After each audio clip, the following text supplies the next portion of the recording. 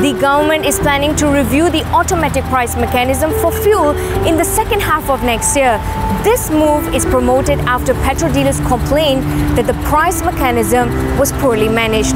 Petrol Dealers Association Malaysia claimed that about 120 petrol stations have shut down over the past 3 years as the system had many bumps in the highly regulated agreement between the petrol dealers and the oil companies. But this claim has been refuted by the Minister of Domestic Trade and Consumer Affairs, Datuk Seri Hamzah Zainudin. You see, it's just not fair for you just to come up with that statement and say more than 100. The thing is like this. We know exactly the number of petrol stations have been closing down for the last couple of months. But in actual fact, the number is just less than that. Because we are the ones actually controlling the license, PDA license, to give to all the dealers in this country. But these are the statistics from the Dealers Association of Malaysia. Yeah, that's the thing. You know, when they complain, they just can't. They could give you any number that they like. However, Datuk Seri Hamzah admits that petrol station dealers complained on their powerlessness to control the stock level purchased by oil companies. Petrol station owners say that they are at the mercy of the oil companies because they do not have control of the stock. So, for instance, if the price is expected to fall, higher delivery of stock is sent to them and vice versa. Will the new This is the complaint they've been telling me, not only to you, but also telling me this. But when I talk to oil companies, I say, okay, I have to come up with a formula in order for me to create a situation where it is going to be win-win. I have to come up and say, okay, you lose some and the other side also lose some.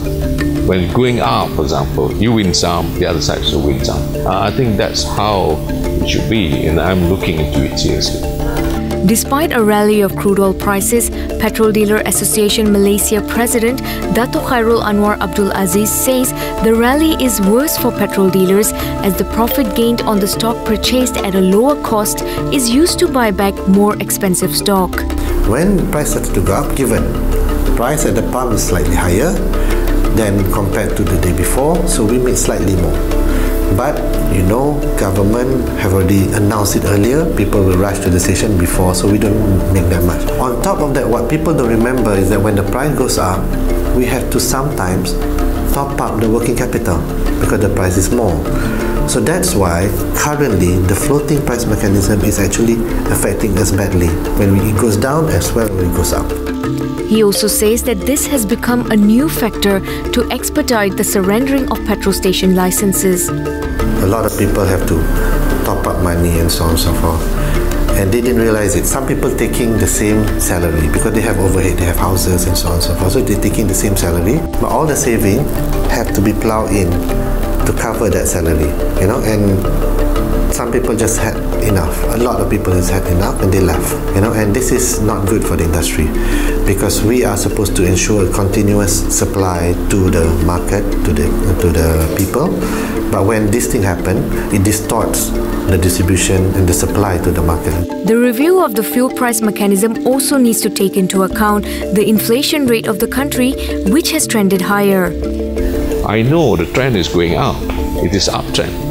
So, for me, it's actually scary to say if I really push that one side, it will actually create a very high consumer price index. Let's say if the oil price goes above $60 a barrel, it goes to $70 or $80 a barrel.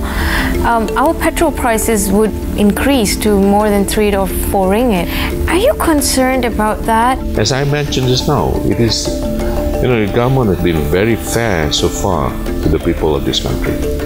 Not only to the consumers, but at the same time to business sector.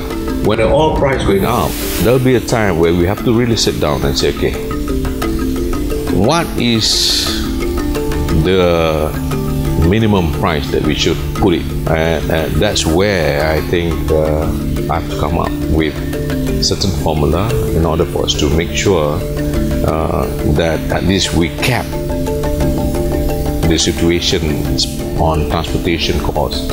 Since the introduction of the weekly fuel price mechanism in March this year, Petronas station operator Siti Satmawati says to date her losses hover around 150,000 ringgit. We are being Autodebit, meaning the moment the tanker left the depot, our account will be automatically deducted whether or not we receive all the load. For example, if they come in a tanker of 32,000 litres, but our stock is high, so we cannot take everything, but our account has been debited. Since they introduced the weekly price change in March, on March itself, my losses is 30,000 for that week. So if 1 week, 30,000 times 4, the price goes down on 30th March is 19 sen, right? But when it goes up 1 sen, 2 sen, 3 sen, you still cannot recover from that 30th March. For my 2 station, that is the amount that the losses that I make, 30,000. Over time, for this weekly price change, over time the working capital will be eroded. So what do? You don't have enough cash to pump in again.